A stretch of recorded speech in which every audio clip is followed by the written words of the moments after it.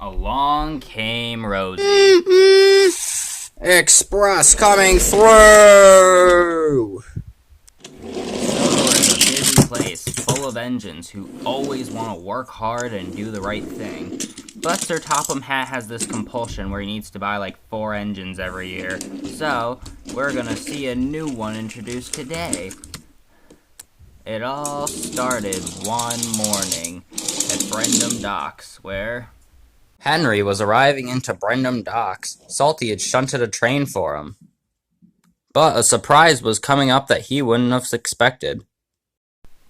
Cranky earlier unloaded a pink tank engine.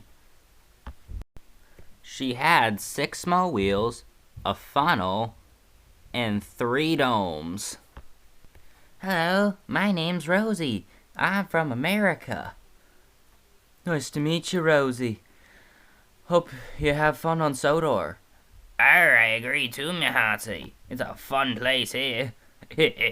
Eventually, Percy came into the docks. He was gonna tell Rosie what her job was. Your job is to shunt in the yards with me and Thomas. Come on, let's go.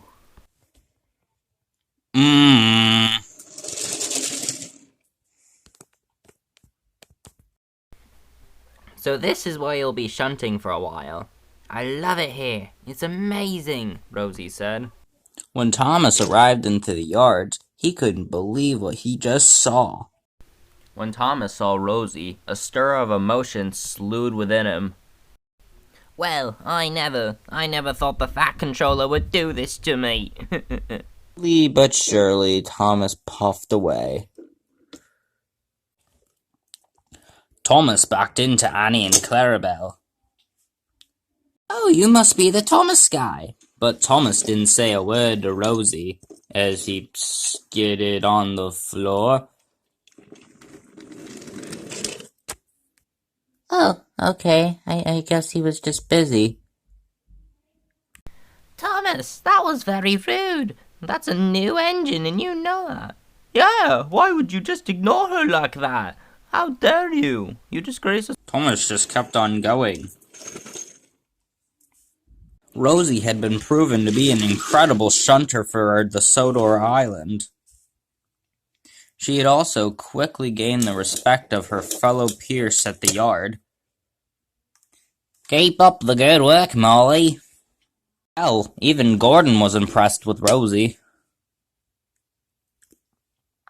Why, good job, Rosie. You're just as good of a shunter than Thomas. But Rosie was still sad. She didn't like that Thomas just ignored her like that. That night at Tidmouth Sheds, Rosie stayed there. But she was still upset about Thomas, and everyone wanted to figure out what was the matter. Did you pull his coaches? Are you a diesel in disguise? Yeah, you know, he's kinda hating on those lately. Are you trying to steal his branch line in any way? No? The engines were shocked. They knew that those were all of Thomas's usual triggers. Things weren't going better in the Farquhar sheds. Thomas had decided to stay in his shed, not even talking to Percy and Toby. Percy and or Toby didn't know what to do. Today was the day of Alice's birthday, and every year Thomas is the engine that has to go to pick up Alice because sentimental stuff that I'm not going to bother talking about. So Toby is forced into running Thomas's branch line for a whole day. That fatty, I tell ya, he really doesn't know how to manage his railway. Toby passed by, he saw Rosie. She looked really sad.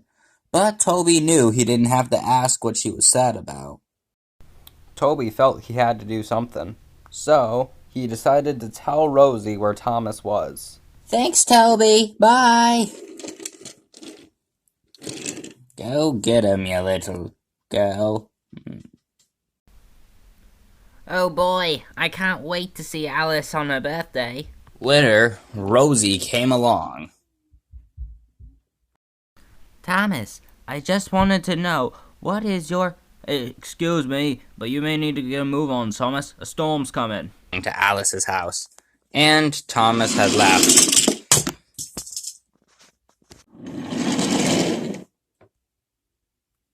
The sooner I'm away from Rosie, the better. Thomas decided to take the verge on his right. He knew it'd be the longer path, but he thought it'd help him get away from Rosie. She won't find me here, said Thomas.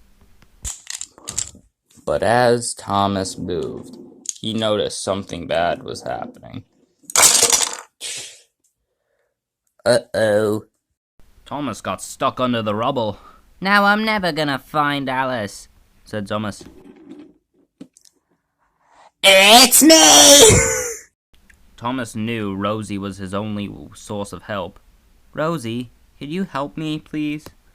Of course I can, Thomas. I will help you. Rosie coupled up to Thomas's train, and then she sped off to Alice's house to give her her presents. Eventually, Rosie returned with a surprise for Thomas. It was Alice. She had snuck onto Rosie's cab to say hello to Thomas. Why, thank you, Rosie. The two were in the yard waiting for Thomas to be repaired. Sir Topham Hatt had arrived. You both have done a great job working today, said Sir Topham.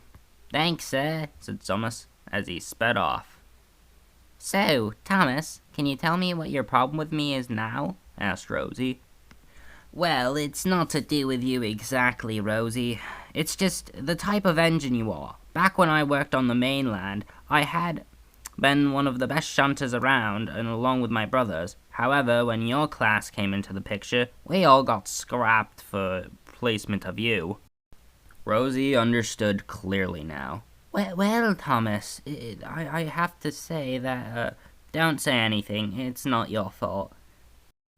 It's just with you in the picture, I thought you'd end up replacing me, but I can tell that's not the case now. And the two friends cheered, because now they understood each other's differences and problems.